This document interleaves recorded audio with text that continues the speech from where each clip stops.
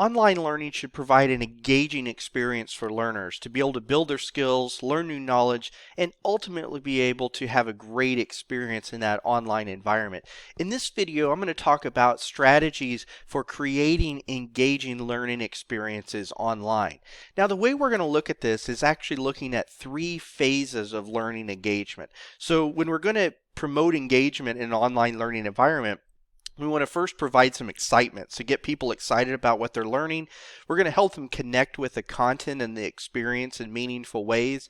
And then third, we're going to look for opportunities to grow their learning experience even beyond maybe the formal learning course or seminar or something of that nature.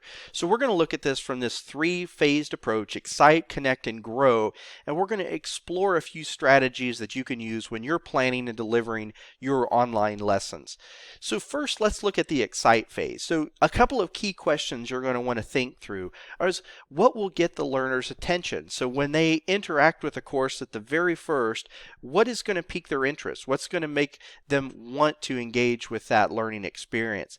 And then second, how can we help people become motivated to want to learn something? So maybe relating it to something that matters to them might be a good strategy there, but that's a good question that we want to be able to have at the forefront of our design and planning conversations.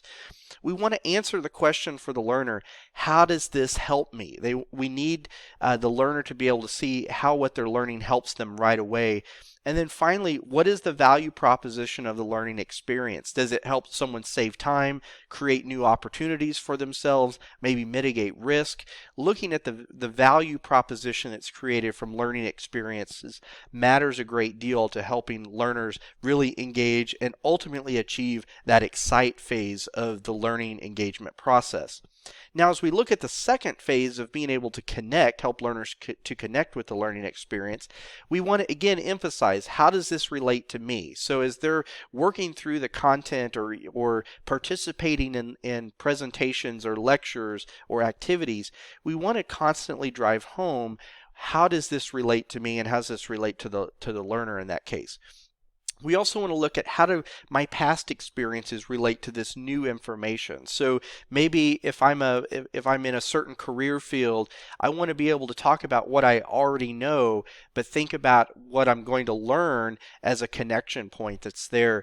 And then I want to be able to connect people with how they will use this knowledge or skill in the future. And so how can they look to the future in terms of how they're going to benefit from what they're learning? These are all key things when we think about how to help people build meaningful connections to the learning experience. And then third, from the grow standpoint, we're going to want to look for opportunities to support continuous learning. So things like providing resources or opportunities to reach out if they have questions after the course. These are great ways to promote engagement and to grow that learning experience even beyond the formal course. We want to encourage learners to contribute and share their experiences with others. We as instructors can share what we know, we can share information and our own experiences, but there's something very special about allowing and encouraging learners to share with one another. It helps them relate to that as learning peers. And then third, this helps to grow a community of practice. As you're looking to help people learn and grow opportunities there, helping people to engage after the course in communities of practice and communities of people there will help them to engage in that process. And so again, supporting continuous learning, helping people learn from their experiences and share their experiences, and creating long-term communities of practice are a great way to support the growth there.